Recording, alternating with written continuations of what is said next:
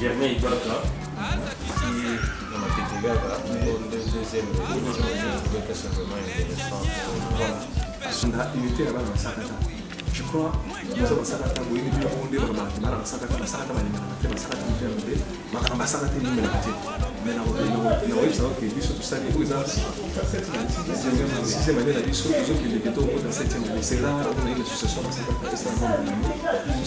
L'année passée, tu fais le cinquième anniversaire, la vie, on a visité un gouverneur, au bateau de réhabilité. Pour bien activité, c'est cette invitation, on aura la médecine, laquelle DGA, DGI, pour les membres de gouverneur, à ça, les choses sont plus à quel jour, gouverneur, à une gouverneur. C'était vraiment le moment où tu peux vous faire nous sommes habitués de choses à l'unité dans la salle. Aujourd'hui, le combat Sakata pour l'organisateur. Le combat Sakata a difficulté à communion entre les mamans, alors que nous avons la crème intellectuelle de la main inonde. Sommes la main inonde dans la salle parce que les Sakata sont très importants. Et c'est que nous sommes Sakata de vérifier de l'endotика, raison pour laquelle comment il est où il est Sakata. Nous sommes la seule tribu de la main inonde, on va dans le territoire de la chaque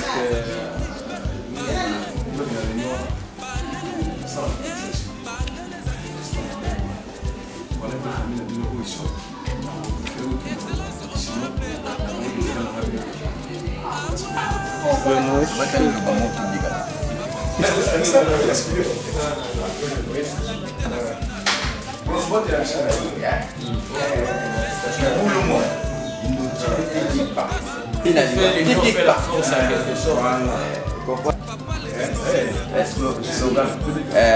Bon, si quand tu as reçu avant ton réunion, bon, on a mon logo sur mon BBK Oyi, BBK Oyi, BBK Oyi, BBK Oye, Oye, Oye, Oye, gouvernement, Inotime, Tikipa. Les Adriens, ils sont en train de mater les trucs à tout le monde, ils veulent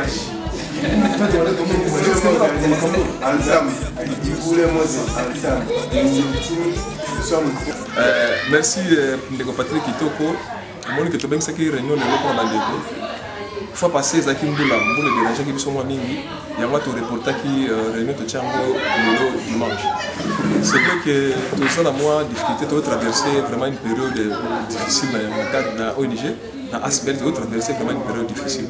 Mais cela ne voudrait pas dire que le gars a traversé une période difficile, tu croiser ma boue, tu fais tout ça et l'autre. Tu vois qui tout ça pour se battre pour Asbel la vie qui est le et l'Asbel ira de l'avant. Nous sommes en train de nous battre, l'absence du président, toujours parce que le président est en déplacement, l'absence d'ailleurs, nous sommes toujours Bunda. Toujours Bunda pour que l'on a vu ce qu'on a été. Nous avons fait quand même 6 ans, 6 ans et belé. Et le collègue a 6 ans, toujours côté 7e année bientôt, et belé. Nous avons déjà réalisé un certain nombre de projets où parce que nous serons jugés par l'histoire, nous serons jugés par les générations futures qui arrivent. Donc, il y a devoir d'Abisso et on met le logo ici qu'ils ont kendé. Tout ça, on a réunion à Papa Gilbert il y a de cela 2 jours. Dans ce qui va venir pour la réserve stratégique générale, dans l'équipe Papa Gilbert Kouli, dans le pouvoir de Pantinanga, Ayebi au Papa Nabaïnabisso. Ayebi, je rends la méca pour rejoindre la Francine, le téléphone de l'égalité pour tous à la Papa. Ayebi Bisso Nanda, dans un cadre vraiment privé, il nous a donné un certain nombre de conseils. Tabini Bisso Matoi. Alors, Bisso, vous savez, erreur. Dès que vous laissez tomber cette histoire, vous serez jugé par l'histoire. Donc faites un effort et si vous aussi revenez me voir. Parce que vous avez un projet à monter de Boyebi. Nous sommes tous à Olivier Nanda que papa. Nous avons levé à disposition de BBK sans moto. Alors nous avons mis sur la piste sans moto. Je connais la base que vous avez à l'intérieur du pays. La piste sans moto. Donc tout ça, vous avez besoin de CG, tout ça a besoin de moto. Mais on peut se moto dans les conditions à moto.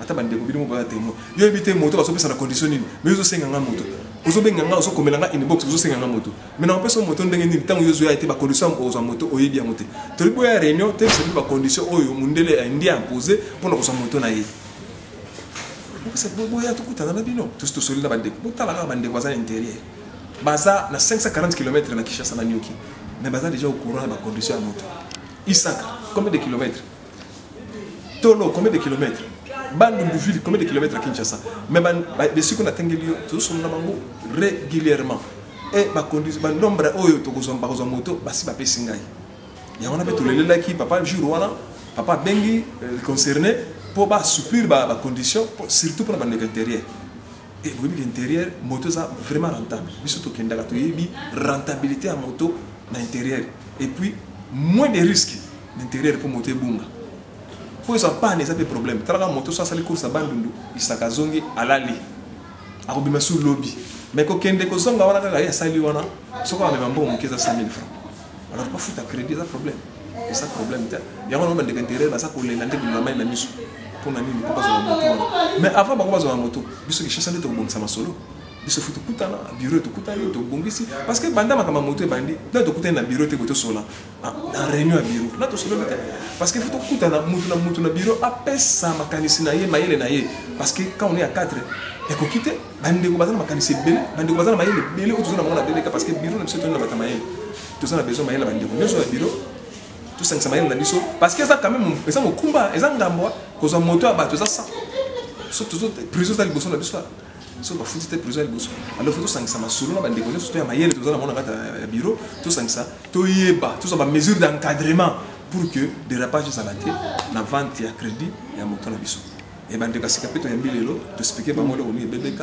donc je crois prochainement to ben sa réunion munene en attendant dans la semaine à to kutana na biso bureau pour que to ben sa réunion munene dans les jours qui viennent voilà de Patrick.